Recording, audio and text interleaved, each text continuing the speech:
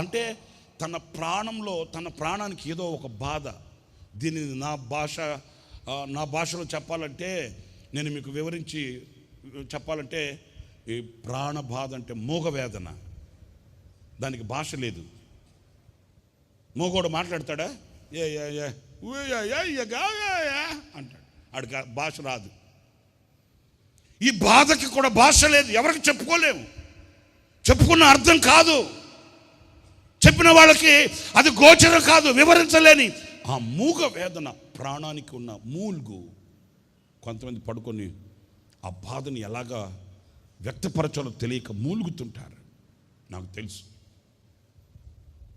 మూలుగుతారు. నా ప్రాణ బాధని నీవు కనిపెట్టి ఉన్నావు. ఎవరు కనిపెడతారేంటి?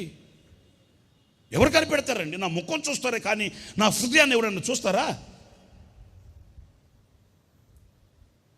నేను ఒకవేళ బయటకు కనబడడానికి హంగులు రంగులు తీరి కనబడుతానే కానీ నా గుండెల్లో ఎంత మదన పడుతున్నానో, నా అంతరంగంలో ఎలా కుమిలిపోతున్నానో, నా ప్రాణం ఎలాగా మూలుగుతుందో ఎవరికి కనబడుతుంది ఏంటి?